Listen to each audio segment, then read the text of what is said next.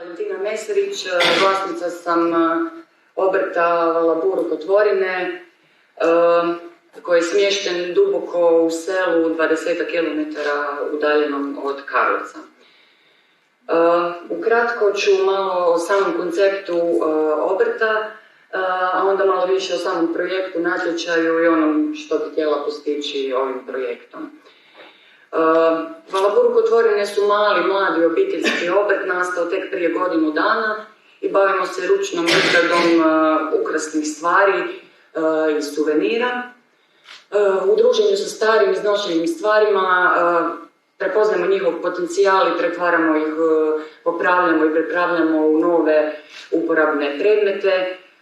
Cijela stvar je nastala iz nekakvog životnog iskustva i okolišnog aktivizma i znanja stečenog kroz okolišnu udrugu čiji sam član bila u Karlovcu, a i želje samim za kreativnim nekakvim izražavanjem i stvaranjem svih vrsta. Nekako je tako nastao mladi biznis i sve sam te svoje nekakve želje spojila, a sve u nekoj konačnoj želji za svijetom sa 0% otpada, odnosno zero waste konceptom. Misija, vizija Valabur obrta je želja za svijetom sa 0% otpada, od toga smo krenuli, od toga nekako ne odustajemo. U svakom nekom starom predmetu vidimo njegov potencijal i želimo stvoriti novi, unikatni predmet. To je ujedno priča koja prati svaki naš proizvod koji nastane, to je priča o promjeni, o recikliranju i čuvanju prirode i okoliša. Zajednička želja svih naših predmeta je priroda bez otpada i svijet u kojem smo svi odgovorni jednako za tragove koje za sobom ostavljamo. Životinje, zašto su ovdje? Još prije 8 godina, kada su 2 čovjeka i 1 pas odlučili da grad nije za njih i otišli daleko na selo, donijeli su dobru odluku. Danas tu zajednicu više ne čine 2 čovjeka, životinje su u većini i sada su tu 2 čovjeka i 6 životinja.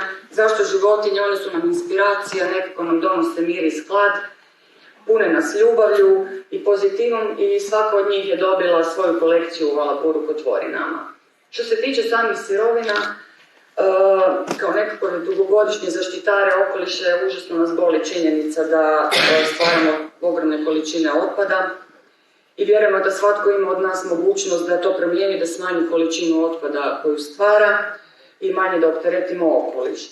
Tako i mi mislimo da ljude na to treba podsjećati i pričati im priču o nekakvom označivaču za knjige koji je nastao od starog kožnjaka iz 60-ih i starog bakinog stolnjaka i da ta priča bude uvijek prisutna u samu Kotvorinu. Nekakve naše najdraže trgovine su sajmovi, buvljaci, trgovine rabljenom odjećom, šume, rijeke, tamo pronalazimo naše sirovine, vidimo njihov potencijal i pretvaramo ih u nove i originalne. Ovo su samo neki od naših proizvoda. Kada sam vidjela ovaj natječaj koji je raspisan pod nazivom Ukiza, prepoznala sam odmah potencijal Valabur u Kotvorina i povezala sve kroz zajedničku ideju nula otpada, jer dijelimo taj zajednički koncept. Svi znate da ponovim 5 je koraka: refuse, reduce, reuse. Mi smo se na ovom 3. koraku povezali i cijeli koncept i projekta je vezan upravo uz korak reuse. 2 glavne aktivnosti ga prate.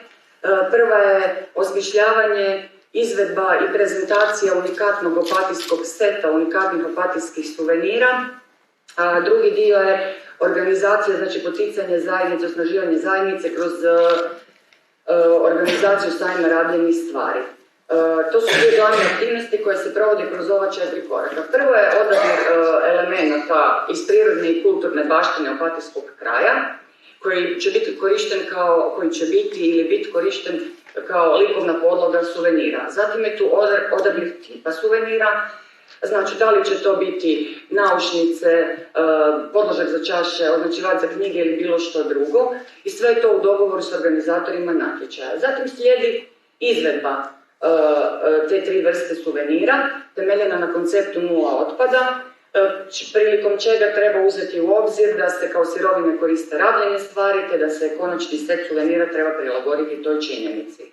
Zatim je tu prezentacija suvenira kao jedinstvenog promotivnog proizvoda, znači zajednice. Ja smatram, pretpostavljam i onoliko koliko sam istraživala, ne postoji grad niti kraj koji čini suvenir temeljen isključivo na konceptu 0% otpada. Korak 4 je organizacija tog poludnevnog sajma, znači gdje bi potaknuli stanovnike Opatije na ponovnu uporabu predmeta, u organizaciji sa lokalnom udrugom za zaštitu okoliša i gradom Opatijom organizirati takav sajam, te pozvati građane i zajednicu na razmjenu i ponovnu uporabu stvari.